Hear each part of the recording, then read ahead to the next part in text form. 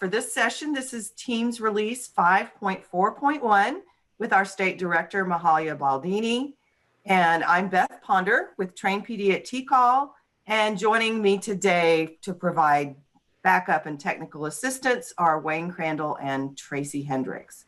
So at this point, I'm going to stop sharing and turn it over to our fearless leader, Mahalia Baldini, our State Director, who's going to take us through this session today.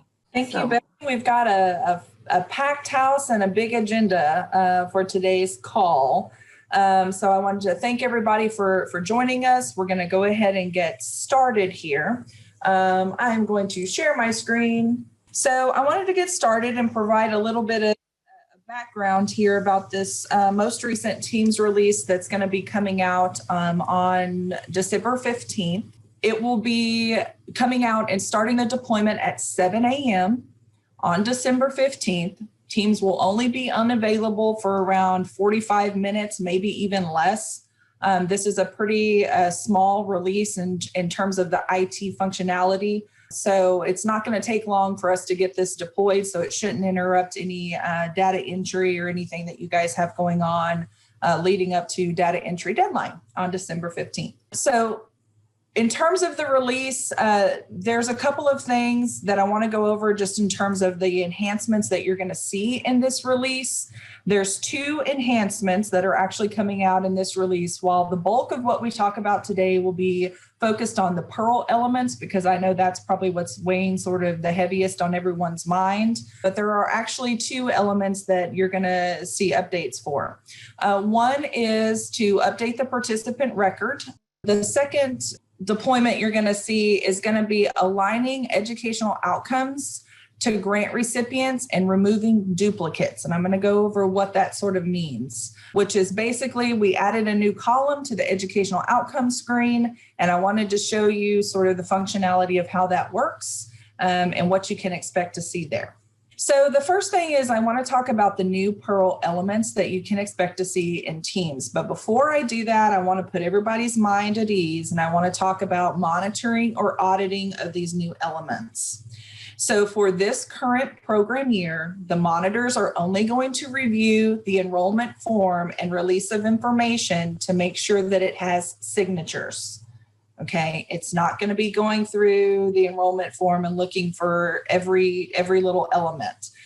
For this year, they're going to be looking and checking the files for enrollment forms, and they're going to be looking specifically to make sure that there's a signature and there is a date on those enrollment forms and your release of information. Starting in PY 21-22, after all of our final written guidance has been out there, we're going to put out an AEL letter. We're going to probably do some more webinars throughout the course of this program year. For 21-22, they will start testing to make sure that all the required Perl elements are included on your enrollment form. And that is going to be part of a bigger initiative that we are going to be starting next year called data validation. It's something very specific that we have to do in regards to Octane and being in compliance with our federal partners. And we're going to start doing that next program year. So that won't happen in terms of really looking at the enrollment forms, really going through all the little elements and all of that level of detail. We'll start doing that next program year. So before we get started, some of you may be very new to Teams, new to AEL, and if you are, welcome. I wanted to here at the top just kind of talk about what exactly is a Perl. What do we use it for? Why do we call it that? It actually is an acronym, and it stands for Participant Individual Record Layout. And while we tend to think about these Perl elements as demographic information that we collect during the intake process, because typically when we're referring to it, we are talking about like an enrollment form or an intake process that we have and that we're required to conduct on everyone coming into the program that want services. But actually, at the federal level, the Perl is much more comprehensive than that. And it includes any outcomes related to that individual student. So when we're talking about the Perl here in AEL, we're really talking about everything in relation to that student.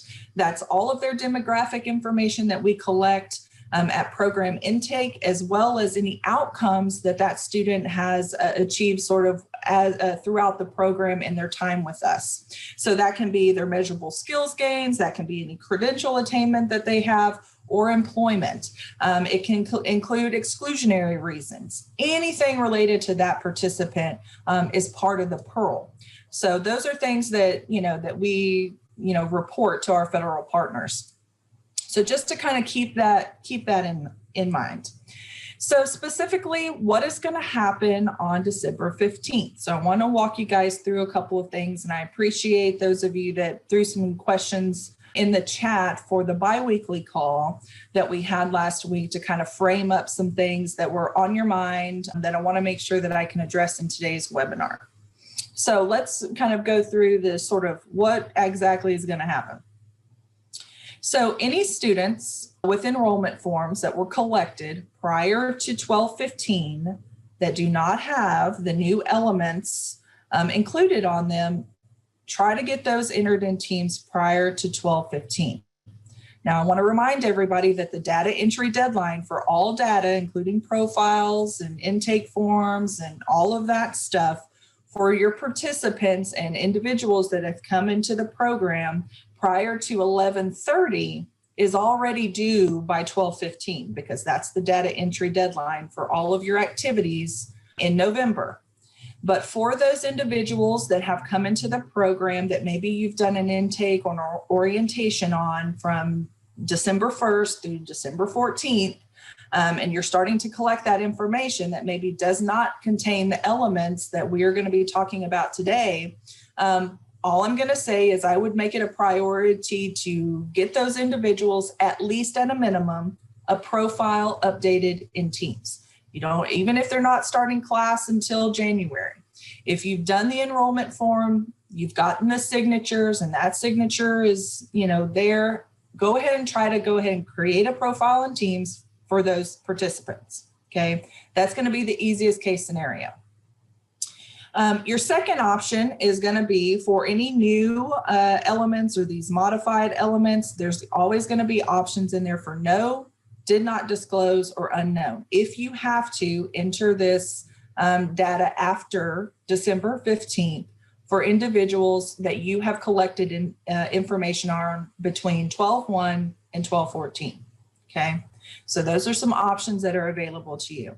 It does work kind of like a switch. So when this releases on 12/15, any profile that is created in Teams after that time, meaning if you go into Teams, and we're going to walk through it today in the system to kind of show you, if you go into Teams and you update a profile or you try to add a new profile, it is going to have all of the new elements on there. And then you are going to be required to select something. So if you want to get those individuals in the system before 12/15, I would highly encourage you guys to do that.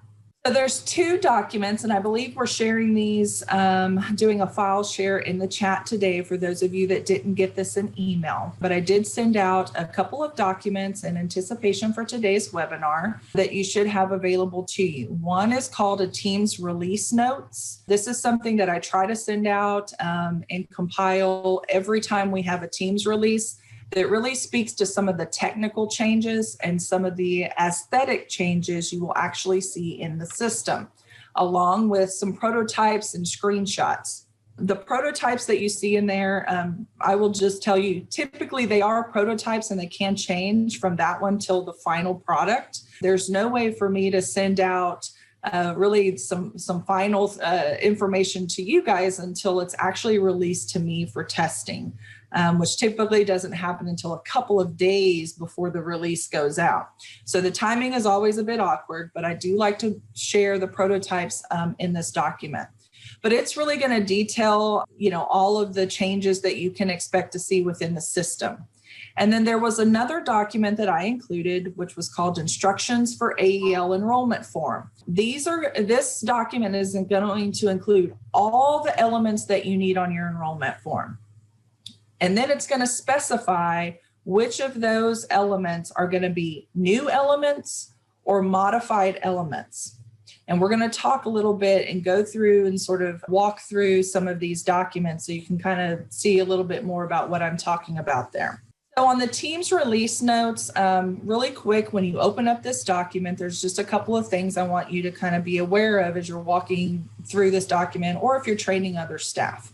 So one of them is the headings. So I try very hard to put the headings in this document that are going to, be most easily to identify to you what we're really talking about. So for instance, in the team's release 5.4.1 document, you're going to see a heading in there that's called new elements.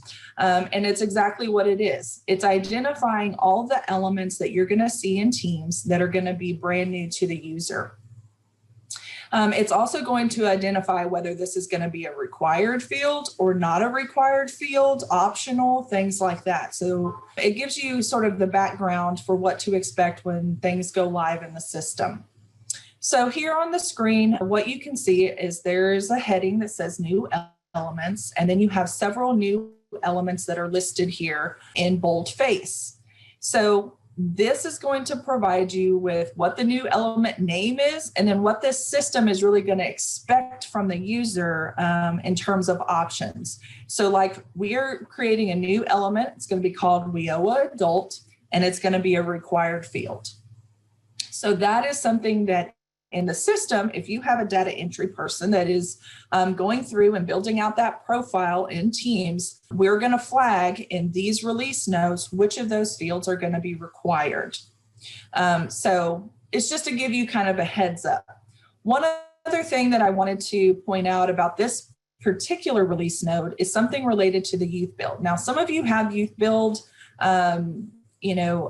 programs that you have locally and you're working with the youth build grant. We are collecting that information under WIOA. Obviously for the joint PEARL, those are things that we do in collection with other workforce programs within our agency, like Title I, for instance. So when we do the joint PEARL, putting in the youth build grant number is something that we would want to collect and report as part of our joint collaboration as an agency. So this would go like to DOL and Octave. What you'll notice on this particular element that I wanted to point out to you guys is that you have options in terms of what you choose to do with your youth build. So if you do have a youth build program locally, you have some options. We're asking you to enter this sort of 14 character alphanumeric character into Teams. But then you still have some options related to that. Like you can choose to leave it blank, for instance, if you don't have one, etc. So this document's going to outline sort of what are the choices to the user. So I think it's a pretty good document to kind of get you started in terms of what you can expect to see in the system. So the other document that you have is called Instructions for the AEL Form. So not all the elements that we collect are for PEARL or joint PEARL. So this document is going to be all of the elements that we require for you to have on your AEL enrollment form. Most of them have something that is related to a joint PEARL element, which you will see signified in the document as being in parentheses with a JP and a number, or just parentheses and a number. That is to help you know which one of these elements we are collecting for the purposes of federal reporting versus which ones we're asking for because there are other information that we collect because we may have to do a report based off of a legislative requirement to the governor's office, for instance, or something like that.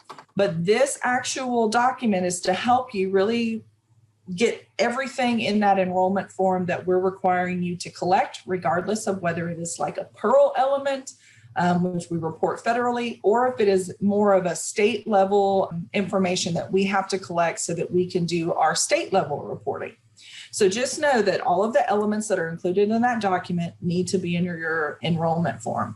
One of the things that we've done is in the document is to create this sort of quick link. So the quick links is going to really help you, I think, identify very quickly what each of those elements are. It's going to provide you a quick link to those elements, And then it's going to give you the description and then what the drop downs or what the selection criteria is that is going to be available. So it's really your friend in terms of if you want to very quickly see whether or not your current enrollment form matches up to what is going to be needed. It's also going to clearly identify within this table of contents any new or modified elements. So for instance, under the table of contents, you can see here under One Stop Center program participation that there are a bunch of new elements. And there's also one that has been modified. So what this means, if it says new element, is that this is an element that we have not created before and that you will need to add this to your enrollment form.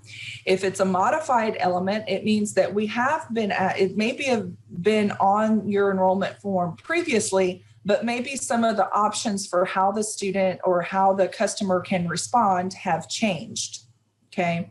So the document itself, I think, is going to be pretty handy for you guys. It's also going to be great as a teaching tool and a training tool locally when you're working with your intake staff so that they can better understand some of the descriptions associated with these new elements, because they're not always intuitive, as you guys know, when it comes to the Pearl, and sometimes they're very hard to explain.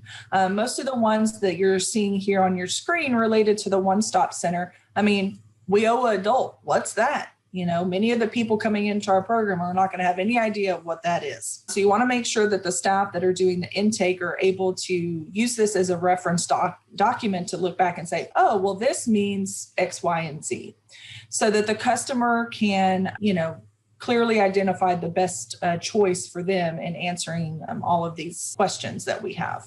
I also wanted to let you know about some forecasting for some future guidance. We're going to include these items in the document to help kind of, I think, prepare us for the AEL letter that's going to be coming out in the future in regards to data validation and all of these things that we're going to have in this future guidance. So this is sort of our first step. We want to get this going, make sure that we're collecting all of the information that we need to be collecting. And then the second phase of that is, and by the way, all of these other outcome related things to the Pearl that are non-enrollment form specific, like MSGs, credentials, and employment, getting everybody sort of on board with how we should be collecting that information. What source documentation will you need at the local level in order for us to feel very confident that what we're reporting to the feds is in fact happening. So it's kind of a phased in approach to how we're doing this. So I'm going to now pull up, and hopefully you guys will be able to see this, because I wanted to go through some of these documents. I did have a question, Mahalia. Do you want to answer that before you move on? Sure. From Mrs. Johnson, are most participants going through WIOA qualification and determination prior to enrolling into an AEL program? Probably not. So for this particular, for that particular new set of questions, I would say the majority of them are not. However, we are working, you know, with our board partners, obviously, to create better linkages between what's happening on the board side of the house with what we're doing here in AEL. So in the future, you know, if you have individuals that may be coming in from your board partners, maybe they're interested in Title I or have previously been served by the board in some capacity, you know, we would be able to know whether these are shared customers for us. That's part of the reason why we're collecting that information. I would say right now, just based off of the co-enrollment numbers that we have, it's probably not likely, but we will see. That's part of the reason why we want to collect the data, is so that we can see if there are linkages that exist there that maybe we would be unaware of otherwise. And then we had a comment from Armando, an insert for the new or modified elements, because we would need to modify our data cards and send to the print shop. So I think, you know, everybody's going to have to work on their process, I guess, on how they're going to be collecting this information. Correct. And the modified elements are also listed in the document. So you'll clearly be able to see which ones that we have modified.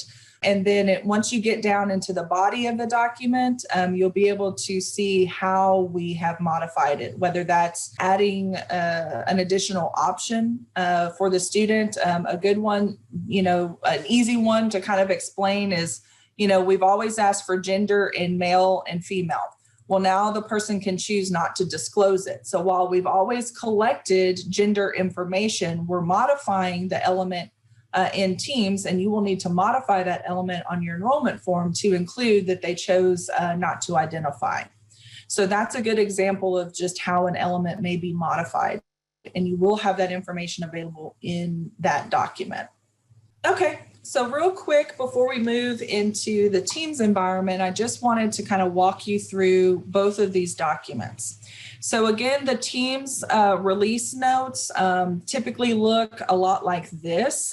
You're going to have here at the top, in terms of a heading, you're going to have sort of what the big defect is. This first one is the new Pearl elements or the modified Pearl elements, and then you're going to have purpose.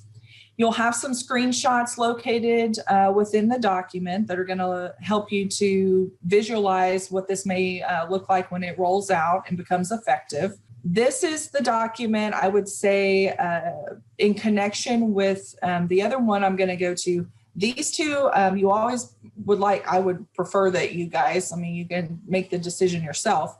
But I think it's always nice to do these together when you're doing the training, especially if you're working with individuals that actually do data entry in Teams, or just individuals that, utilize Teams, look in Teams to gather information. I think connecting the two from a really more of an IT or very technical standpoint with more of the policy standpoint always creates a deeper understanding for the user in terms of why are we doing this and what's the point. But this is the document for the Teams release notes. It's much more specific.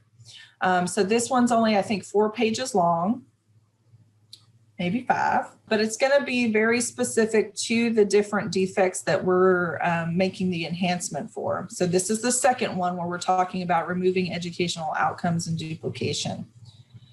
So that is what this document looks like. The other document, in terms of the instructions, let me pull it over here, looks more like this. It's much longer, but it has a lot more information in it. So you can see here the quick links at the top are going to help you to identify whether this is a new element, if this is a modified element, etc., and then link you directly to those in the document.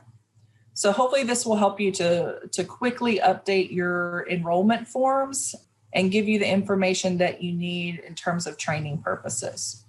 Any questions about this? So this is what I'm going to do. I'm going to go ahead and talk about the second defect. It's a little bit more, I think, easy to digest. And then I want to go into the actual Teams test and kind of show you what the expectation is for what this will look like in Teams. Okay. We do have a couple of questions. One from Cheryl. For those of us relatively new to Teams, what does the acronym PEARL mean? So the PEARL stands for Participant Individual Record Layout. And that is actually something that we utilize, I think, a lot of times to just say, well, that's what we collect on the enrollment form. Meaning these are all the things that we are required to have on that enrollment form. A lot of them is just demographic and characteristic information that we have to report back to our federal partners in a aggregate level. Okay, not a disaggregate level. We don't go back and say Jane Doe, social security number XXX, whatever, is this, and this. No, we do it on a very aggregate level. How many individuals do we serve that have that are identifying as English as language learners? How many individuals do we have that are saying they have a disability? Those types of things in a very aggregate data. However, outside of the enrollment form, it also includes everything related to those participants. So that can be any outcome that participant has achieved, whether that's a measurable skills gain, a credential, or employment. So the PEARL is all of those things. as it relates to the customers that we serve. And then we have one question from Lisa, which I probably we're going to address when you go into the team stage and kind of show us around. But the question is, will the order of how Teams looks now change with any of these changes? No, it won't. And that's why I wanted to make sure I had some time so that we could get in there and I can really show you guys what this is going to look like aesthetically, because it's not much, there's no changes. There's not much of a difference in terms of how to navigate to the profile or even what the profile looks like. It's, just really adding these additional elements and then modifying the drop downs that you would see in Teams. So hopefully that puts your mind at ease. Okay, so the second element that I want to cover quickly here is that we added the grant recipient column to the educational outcomes page. And the reason for this change is because we want to show very clearly and be very transparent about which grant recipients are getting credited with educational outcomes. So this typically is, I would say, much more beneficial in order to see this is if you have multiple grant recipients that are serving one participant, right? So when you share your participants, it's going to clearly show which grantees share a period of participation with someone that has gained an outcome, whether that's an MSG, a credential, or what have you. So it gives all the grant recipients who serve that student within that period of participation credit for any outcomes related to that student. And I just don't think that prior to this, that's been really clear in Teams. So this will help all of you that are sharing participants clearly see that you're sharing participants and then know when that participant has made an outcome. So what this is really going to look like, in Teams is very simple. We've literally added one column, I think, to the educational outcomes, but it's going to be very distinctive in terms of clearly being able to see which grant recipients are getting credit for each of the measurable skills gains or each of the credentials as they are entered into Teams. And again, this is all based off of periods of participation and which grant recipients served that student in any capacity in terms of instructional time that those grant recipients are going to get credit. So hopefully that makes sense. But that's a simple fix. I want to now transition here to our testing environment. And most of the time, guys, I can't show this to you because our testing environment does include actual PII, okay? It's literally a copycat of what is in the Teams environment from any certain point of time. The only reason I can do it now is because I went in and created a brand new test profile so that I could utilize it for today. So I created a participant, Pearl. I thought that was pretty clever in the system, which is why I'm able to kind of go in here and show you sort of real time. So this is a fake person. This is fake data. But I was able to create it in our testing environment so that you guys can kind of see what the changes will look like. So what you'll notice right off the bat is that there's really not a whole lot of changes. One of the changes you'll see in the instructions for the new enrollment form is the fact that we modified the gender element. Historically, you've been able to put female and male. Now you have a third option, which is the participant did not self-identify. So that is now going to be an option in Teams, and it will now be an option that you will have to include on your enrollment form. One of the things I also wanted to bring to your attention is that in a future release, not this release, but in a future release in Teams, we will be modifying ethnicity and race. That was going to be a little bit, I think, harder to kind of tease apart. So we didn't include it in this release, but we will be including it in the next release. And the reason for that is because in the Pearl specifically, it wants you to ask each of these in a very specific way. So we want to make sure that we're just aligning there, but that's not going to be any big deal. And I don't want you guys to worry about that. So when we're talking about the actual profile, you can see I've already created a profile for Miss Pearl here. and I'm going to pull that up just so I can show you what some of the new elements are going to look like. So in particular, you're going to see updates to this section, migrant and seasonal farm worker characteristics. This used to be multiple questions. Now what we've known and what we have figured out in terms of how we should be reporting this is really one question with multiple answers. Okay, so in the instructions for the enrollment form, what you're going to see is, multiple responses that an individual can make based off of specific definitions for each of these. So there's a specific definition for seasonal farm worker adult. There's a specific definition for migrant farm worker adult. So the question that we're asking on the enrollment form and what the intake person really needs to know is what and how we're defining each of these in the dropdown. Or of course, they can just respond no. Okay.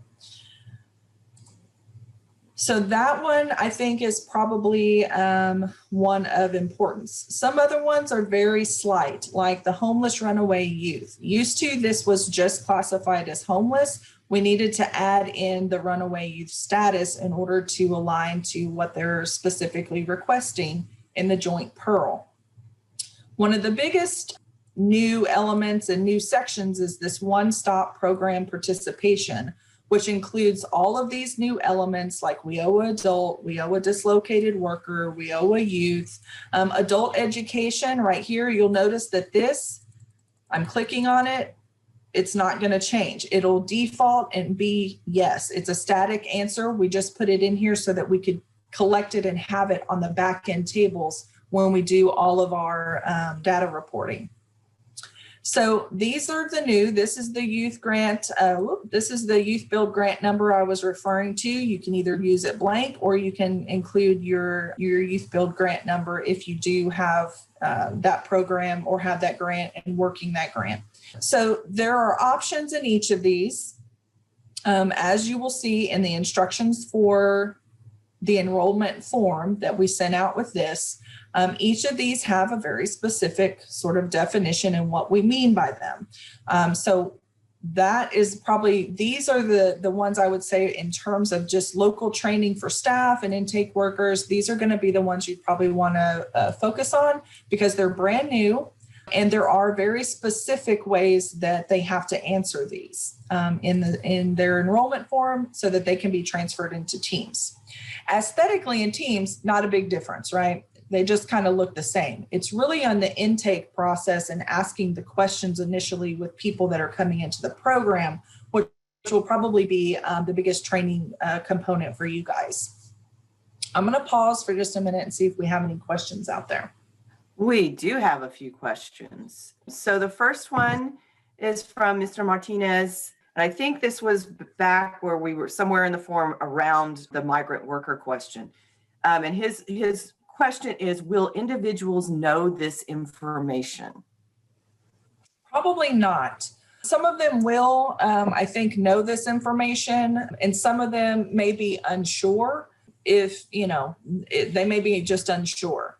So that is why I would say you want to pay close attention to how these things are defined and make sure that your intake staff or whoever is part of that process of helping individuals coming into the system really be able to explain what this means to them. And that's why we've included those descriptions in there. For the migrant and seasonal farm worker, most of them probably will know. They have to get special permissions in terms of, being in the country. You can be in the country for a migrant, seasonal farm worker. We have a whole initiative here through TWC that you can apply to come into the country to do that work. So most of them will know. Some of them may have no clue. So it's going to be, I think, an important training component for sure.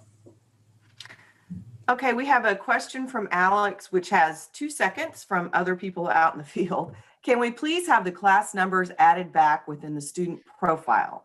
We have to click through each class the student is enrolled in order to identify what class they are in. Yeah, we can do that. It's already, I think somebody said that in the last webinar that we were in. So it's already been added in the defect queue. It's just a matter of getting it into an actual release. Awesome. That's going to make some people happy. All right. Ashley asked, will we need to have the WIOA adult option on the Pearl form? Yes. Down here? This? Yes. Sorry, she says AEL option. Oh, you mean the adult education option? No. Good question. All right. Ashley, let us know if that, yeah, okay. I think that answered her question. Oscar says, if we go into the training environment and key in Pearl, can we see the new updated elements you were sharing today? No, good question. So this is called the testing environment, is a completely different environment than the training environment. So you will not be able to see that for those of you that have access to the training environment. The way that this works is when these defects are deployed to the production environment. The production environment is just what most users have access to. That's where we put all of our data. That's where all of our data tables are. That's Teams, as you guys know it. Then we have a training environment, which is basically all the functionality of Teams, but we have to build it out ourselves. It's just for dummy data. We can build it however we want, but it contains all the functionality that the normal system has. And that's what you guys have access to play around, to do your training, to build it out however you want. And then what I'm using today is called the testing environment. And the testing environment includes actual data, but you can actually go in here and create dummy data as well. So unfortunately, you guys do not have access to this. Only I do, and maybe Blanca, and that's it. And then our IT folks. So no, unfortunately, you will not be able to pull up Pearl in the training environment, but somebody can create a new one. That would be nice. Okay, I've got one more question here from Christopher. Can there be a training on the Pearl definitions, meaning the state federal definitions? I know many are pretty technical. Yeah, some of them are pretty technical. It's actually been a ongoing conversation with Octane and probably DOL from the workforce side as well, because they are pretty technical. I would agree. So we can definitely do that. And I think once we get the next round of guidance that we have out, which we're looking at probably the end of January, getting that out, maybe the beginning of February, which will be this AEL letter that's going to, well, I don't even know if it'll be a letter at this point. It may be like a mini guide because it's going to contain a lot of information, which will be sort of all of this Pearl information, the full Pearl, not just the enrollment form, not just the intake forms, but measurable skills gains, credentials, employment, sort of what is the expectation for reporting those, and then what is the source documentation that is expected when you report those. So that sort of broader conversation, I think would be a good time for us to dig into some of these descriptions and do a training on that. So yeah, we can definitely do that. All right, we've had some more come in. Do you want to go ahead and address them? Yes. Okay. Building on Christopher's comment question, can there be an attachment in DocuSign with explanation of each question to help with filling it out? Well, I'm glad that you asked that. Let me take a moment to tell you guys what we're working on here. So that was a really great segue. I'm glad somebody asked because I probably would have forgot about it, honestly. So what you're looking at here is I had told you guys on the call that we were working on a state level enrollment form. You guys have been asking for this. Several of you have been asking for this for several years. And we haven't really done it because we know that at the local level, there's also just more information from the institutional that you may want to be collecting on your participants, particularly our community college folks. So we just said, here's all the elements, you do the form. We are actually going to do a form and provide you with a form. It will be optional whether you use our form or not. But I wanted to kind of give you just a heads up of what this is starting to shape up to look like. Now, many of you have your enrollment form sort of front and back, which probably from a paper standpoint makes it nice and easy. But many of you are also moving to a digital world in terms of having individuals fill out an enrollment form online. So we are creating this sort of with that in mind. You can see it's got radial options. There's going to be drop downs that are going to be specifically related to the options that we have for the Pearl. This will give you a heads up for what the changes will be for ethnicity in teams on many of these race, which they all are supposed to be yes, no, or did not identify. Down here at the bottom, and this is still a work in progress, so I'm not going to show you all of it, but it'll give you a good idea of what will be out there. When you select and have this, we are planning on attaching to this document a resource that is going to give the definitions for each of these elements. And it's actually part of our accessibility requirement. So for instance, attached to this enrollment form, we're going to have a resource that's going to say for the person filling it out, disabled. Well, here are your options under disabled. Yes, no, did not identify. But we want to include definitions for this, which is why we're going to create these linkages in this document for that purpose. So hopefully that answers the question that was out there. But yes, I think training initially, because even if you put it in the document as a definition, I got to be honest with you guys, the definitions for these are a little, even the definitions are still, if you were to just read the definition to someone, it still may not be clear. So we need to do some training on it as well. But this will give you sort of an idea of what we're going to put in this document and what it's going to look like when we send it out. Kudos to Elena Zockman on my team, who has been trying to create this over the last several weeks, because it is a lot of information, obviously a lot of drop downs. Okay, we still have more questions. Would you like to address them? Yeah, I'm going to give it about 3 more minutes, and then I want to show them the next update in Teams before we close out today. Okay, we did have somebody ask if you could click on foster care. So when you go back to the form, maybe you could show that one. What element? Sorry. Foster care. Okay.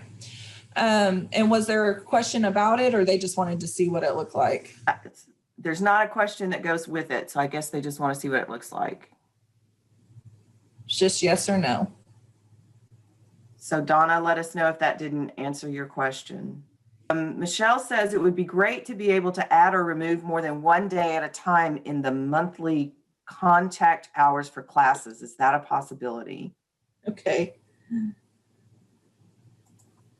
I'm taking a note.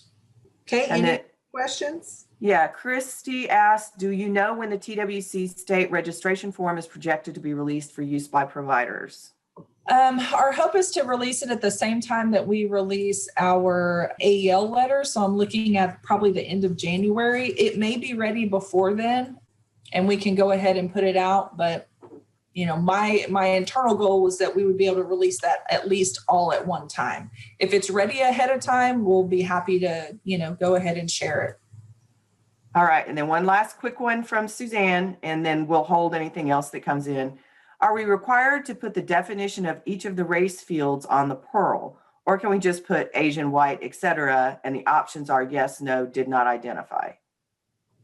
Yeah, on the actual enrollment form, like if you were creating your own, sure, you can just put yes, no, did not identify.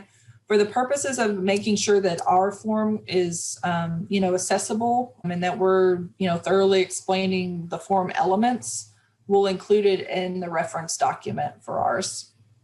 Okay. So the last thing I want to go over with you guys today is the second thing that will be happening in the deployment and in the release, which happens on the educational outcome screen. So going back to Pearl here, what you'll notice about Pearl, and I set this up specifically so I could show the way this would work when you have multiple grant recipients that are serving one participant. So we have Amarillo College, and then we also have Abilene that was serving Pearl during her period of participation. So you can see she started really with Abilene here, and then moved to Amarillo for services. So under the test summary page, I've completed this with basically that Abilene provided the pretest at the beginning of the period of participation upon program entry. And then the person went to Amarillo and started receiving services. Amarillo gave the person a test that was acting as the post test, right, for this individual, which you can now see on the pre-post test gains pages. So it doesn't matter who provided the test. It only matters that the person made a gain on this test. The way that all of this information is, the way all this works from a performance standpoint is under the educational outcome screen, you will now be able to see that based off of the testing of this participant, both Abilene and Amarillo are both going to get credit for this achievement on a pre-post test gain. So hopefully that makes sense. So even though Abilene provided the pretest and Amarillo provided the post-test, they're both going to get credit because they both served the participant within the period of participation on the POP. So hopefully that makes sense. Any questions on that part? That one's pretty simple. It's really just about creating transparency. This information, we've always been sort of applying it to your performance on the back end. So like when you get your NPR and all of that, all of the performance documents that you've been getting, we've been doing this sort of on the back end of Teams, but now you're going to get to see it in Teams so that it's just very transparent to you how it's going to be applied. Okay, we have a couple of questions. I'm going to ask the ones that are directly related to what we're looking at right now. Ooh, they're coming in fast. Michelle, so a student with a profile does not have to complete a baseline with a current profile? So you can go into Teams and create just a student record in Teams and create a profile for that student. Once you save that profile, that's a record in Teams. And then you can go back at any point in time and add your test and your class information to that participant record, which would include the profile. I think I'm answering her question. Mahalia, this is Michelle. I was typing too fast. So I'm talking about with this shared student. If you have a student who was with Abilene, they had a baseline, they transferred to Amarillo College, you would not have to give them another baseline. You would just wait until they occurred enough hours, and then we would just do the progress test. Or the post test, we would be able to utilize their current baseline. That's correct. As long as you're using the same testing instrument, you can do that. Where you might come into a little trouble is if, they took their pre-test is on a testing instrument that maybe you don't use in your area. That would be the only, I think, scenario where you would maybe want to establish a baseline using your test instrument. So yeah, actually we have two questions that are about one agency using TABE and the next agency using CASAS. Yeah.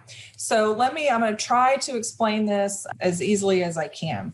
So the reason why this works and this scenario works is because both Amarillo and Abilene both are utilizing the TABE. In this scenario, if they started out at Abilene and they had a TABE and they moved to Amarillo and Amarillo only uses CASAS, then at that point, in order for the student to get any sort of pre-post test gain, it would have to be on the same instrument. So either Amarillo would have to provide a CASAS test, which would establish a baseline for that test instrument, okay? And then they could post-test on that same test instrument. And basically all the hours related to the TABE are lost at that point. Or you can do like in this scenario, when you're looking up a student in Teams, and this is important because when a student comes into the program, you always want to look them up in Teams and see, what is happening. And you guys are probably getting very familiar with doing that right now because, you want to get them enrolled and they may have a test that is, older that you can pull forward. So that's just something when you're looking for these participants, if they already have a test instrument that you can utilize in your program and it fits within the guidelines of the assessment guide, which right now is 365 days, you can utilize those old tests for the purposes of eligibility for your program. Okay, and Armando had asked about getting an account for the Teams training account, and Lori put the Teams technical assistance email in there. Since both providers receive the MSG, do they both need to maintain both test scores for monitoring purposes? That's a good point. So that's another reason why we set Teams up the way that we did. So if a monitor comes out and they may show up on a pool as being one of your students, but they can look in Teams and see that this test summary, if they're, look in a file, they're not going to expect to see a TABE test that Abilene did if they are actually monitoring Amarillo. It's a way to assign what grant recipient is responsible for the EFL gain and the associated source documentation related to that gain. And let's see, we have a question from Tara and then one from Christy that again relates directly to what we're looking at here. So as it relates to the Alamo Amarillo scenario, what happens if a provider enters a planned gap? What happens when a provider enters a planned gap is that if another provider starts to enter contact hours, the planned gap is attached to the participant at the grantee level. So if they try to enter in contact hours and there's a planned gap in service in place, you should get an error in Teams that's basically going to say, this person has a planned gap. Are you sure you want to enter contact hours, et cetera, et cetera? And then you can just say yes. It basically makes the planned gap null and void because everything is at the participant level. Same with exclusionary reasons. If a student tells one grantee, hey, I'm going to be in a medical situation for the next 90 days, you enter exclusionary reason for that participant, and then lo and behold, 80 days later, they start to receive services somewhere else. It's going to negate it because all of that happens at the participant level, not the grantee level. We don't gather data and say, how many planned gaps did, Abilene do? How many exclusionary reasons did Abilene do? What we do is we look at those participants and say, does this participant, regardless of who's serving them, have these particular services like a planned gap or some sort of exclusionary reason? Good question, Christy. All right. And from Tara, can test level EMDA be added to the MSG report? We have to get this information on pre-post page for each participant. It helps if we had it on the MSG report. Can you say that one more time, Beth? I can pull it from the chat, but. Can the test level, like example, EMDA, be added to the MSG report? Yes. Fairly easy fix. Yep. And then we have a question from Dahlia. If we use TWC document as an intake enrollment, once it is filled out and signed by the participant, will we be able to upload and merge it automatically into Teams since all the required data is already there? It's a really good question, and we've actually already been talking about that. I'm sure if Elena's listening, she's probably smiling because we just had this conversation yesterday. So the short answer is it's not something that's going to happen right away, but the long answer is yes. We're hoping to be able to create this form in such a way that we can turn it into a document that can be uploaded into Teams and then just be applied in the participant record. And one thing I wanted to point out for you guys as well, when it comes to the profile, especially in situations like this, if you're looking up, a participant because they're coming into your program and you see that there's already a profile that exists for this participant, like I'm going to show you something right now.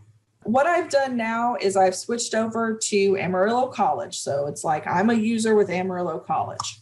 Well, because this profile was originally put into the system by Abilene, this is what it's going to flag, right? what I want to tell you guys is when you're in this situation and you're sort of in that secondary grant recipient situation and there's already a period of participation that's open for an individual, you should not be updating any profile information. Instead, you can export this to a PDF right here, and you can just have the individual sign off that, on this information, so that this acts now as your enrollment form locally, because this is not in any of this Pearl stuff. This is all at program entry. We don't want you guys updating this if the period of participation is still active. So it's just an option that you guys can do. Any other questions out there? Yeah, we had another question from Michelle. Will current contact hours transfer like an assessment from AEL provider to provider? Yes, as long as the period of participation is intact. So down here, this is like basically what you're going to see is they got their first 12 hours with Abilene, and then they transferred to Amarillo, and then they generated 36 hours with Amarillo, but their total contact hours were 48. And then when you go to the pre-post test gains page, that's what you're going to see in terms of days between test and hours between test. So as long as that period of participation is open, it's going to calculate those hours between test and days between tests just based off of the test. It's not at a grantee level, it's at a participant level.